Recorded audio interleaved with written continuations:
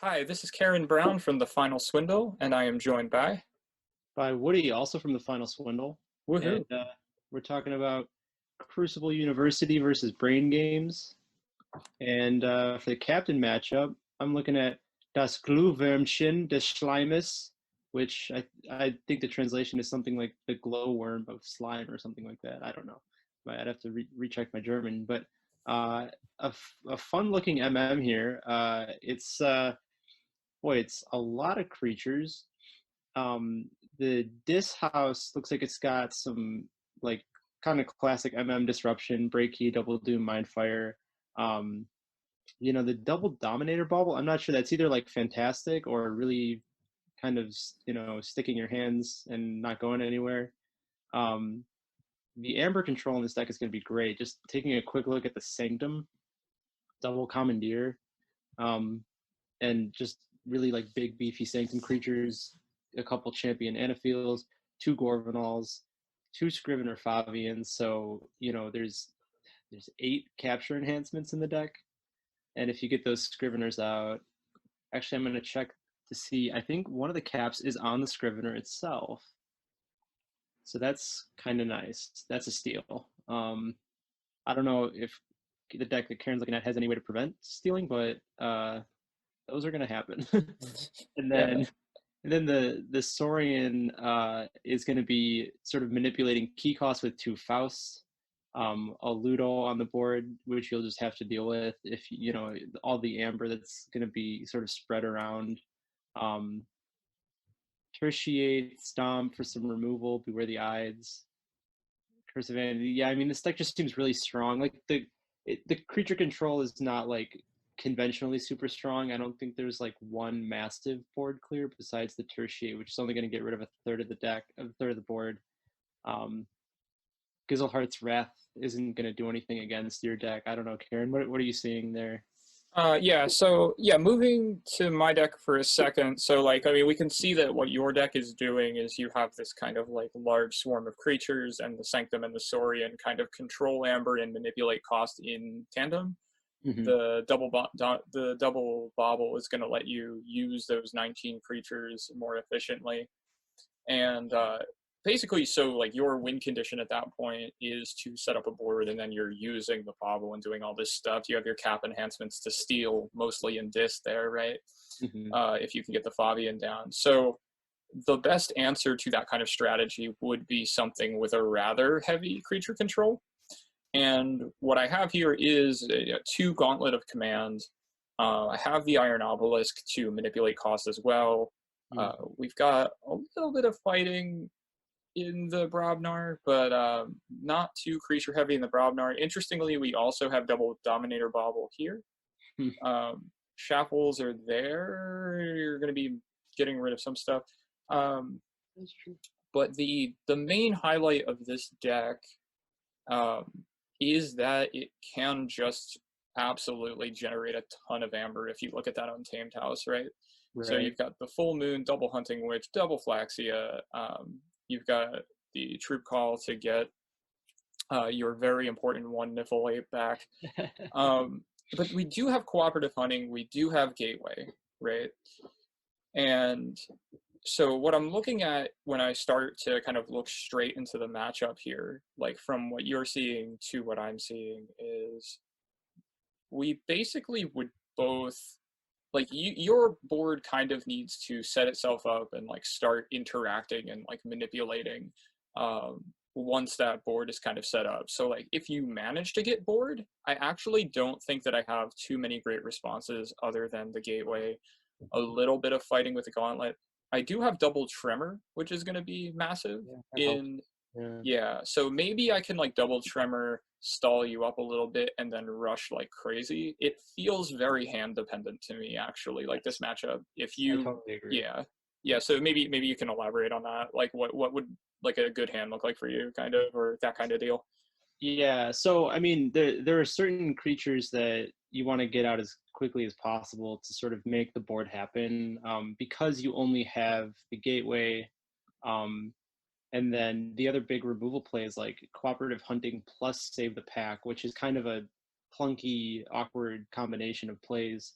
because it requires you to build a board and then start to dole out 1 damage to the creatures you want to destroy. That just feels like it's going to take too long. Like for me, I'm just like, give me a bunch of these Sanctum creatures. Like let me get some of the Favians behind the taunts from the Champion Anaphiels. Really get that going early, and the rest of the deck will kind of fall into place. Mhm. Alternatively, the earlier that I get the Dominator baubles, you're right that like that's going to be a problem if I'm like doing some of this disruption stuff plus like using the creatures on the board. Mm. So here's my kind of take on it, and like we don't need to come to like a hard decision, but I actually like the Deathly Soldier in this matchup for like 3 reasons combined. When I'm looking at everything, right? It's like you need board, right? I don't need board in the same way that you do for a few reasons. One is like when you're setting up your board, I have double tremor, so I'm going to start stunning. Mm-hmm. I can generate a ton of amber, so I only need you to have like some problems, right? In order, like I don't need to have this total domination of board. I just need you to go a little bit slower. But we also have double fear for like an anti-tempo play. Mm-hmm. And I feel like that's actually going to come up really big here because your whole deck is splashing amber all over itself. And the double fear is going to get a huge amount of that amber back potentially. It's also going to put cards back in your hand. And if I do it in unequal houses, you're going to have that kind of anti-tempo to an already 0 speed deck. And if both decks are 0 speed, I think that potential to rush amber is going to be really big here. Yes, I mean you're correct. The potential to rush is pretty much always going to be there. I will say though that I don't know if the Flaxias will happen necessarily Yeah, that's true. because the other deck is going to want, but like Double Hunting Witch, I mean, all you if you get the right set of hands, like those are just going to happen, and the Glowworm deck can't do anything about it. That being said, though, looking at the Deathly Soldier, it doesn't have a ton of printed amber. It really does need those untamed plays to work Yeah. out. No, it does.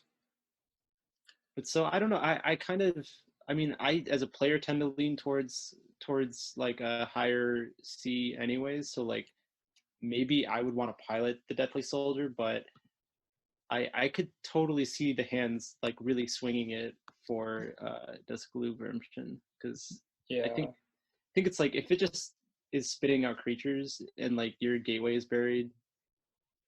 I don't Yeah. know.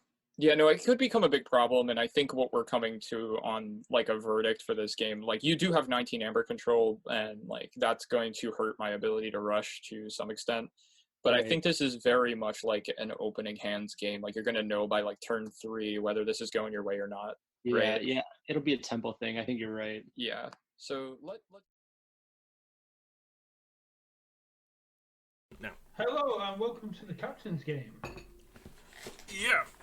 Wow, look at that double Flaxia Hunting Witch. Yeah, and they're going second as well, which means this is going to be a good 6-point turn. Yeah. Hunting Witch, Flaxia for free, Flaxia for free. Luckily, we do see a Fabian in hand with double Lieutenant, which means we're going to see a double capture. The Hunter, which is not going to be around for long, but a very strong start from Reggie here.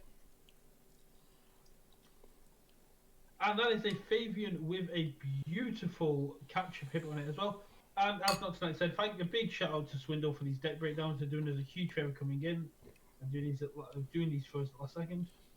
Gobos Long Arms comes down. We see a Fear going to bounce back. Bounce back one of the lieutenants. But so Reggie's still in a very strong position here, but St. Velton bringing it back. I mean, the position's nowhere near how it was before. I mean, now the Sanctum's Get controlling rid the of- board. Gets rid of Gauss Longham, Reap. Now we're seeing a 3-2 split with 3 captured. We're going to see a stun, a headhunter, and a bumpsy to even everything out. The bonus stop house could have been very powerful late game, but it's coming quite late. And we see a cooperative hunting, and I do believe. There it goes. Nope. Quite interesting as well. But we are seeing that Reggie here is going through the deck a lot quicker. Mm-hmm. So, in terms of getting through the deck, in terms of the efficiency, Reggie is getting through the deck. So we see a Beware the Ides, which doesn't really do, I guess, with a one creature, but Dominate Bauble, Reggie bringing back control. But now we see the second Fabian, we see a Squire, and we see a Master of Grey. Master of Grey is so very good at keeping on top, and there it is. The dust in between, the dust pixie nestled in between the cooperative hunting and the save the pack, essentially a board wipe. But St. Valentine checking on 8. No way to stop that key, so it's going to be a reap, and then it's going to be a complete board wipe, saying you get the first key, but I'm going to be right behind you. 11 amber, I think it'll be. No, 10 amber. 10. So.